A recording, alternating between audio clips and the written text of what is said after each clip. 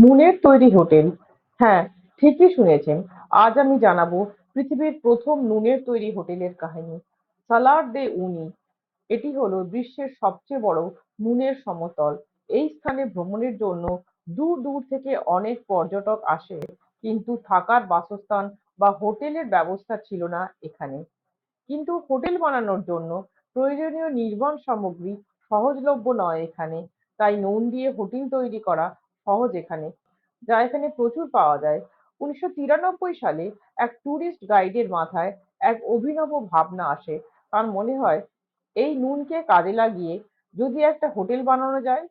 তিনি ১৯৯৩ থেকে ১৯৯৫ সালের মধ্যে একটি হোটেল তৈরি করেন, তবে পুরোটাই নুন দিয়ে তৈরি। যা ঘর থেকে বাথরুম, বিছানা, চেয়ার, টেবিল পর্যন্ত তৈরি হয় নুন দিয়ে। কিন্তু এখানে স্নান করার কোনো ব্যবস্থা ছিল না। বিশেষ কারণে হোটেলটি ২০০২ সালে বন্ধ হয়ে যায়। তবে দমে যাননি এর রূপকার। ১৯০৭ সালে তিনি আবার একটি হোটেল তৈরি করেন। এখানে ঘর, বিছানা, বাথরুম, টেবিল, চেয়ার, সাজানোর জিনিস সবকিছুই আবার নুন দিয়ে তৈরি হয়। হোটেলটির নাম প্যালাসিও দে সাল। বহু মানুষ এখানে শুধু থাকতেই নয়, নুন দিয়ে যে একটা হোটেল তৈরি হতে পারে তা নিজের চোখে দেখতেও হাজির হন।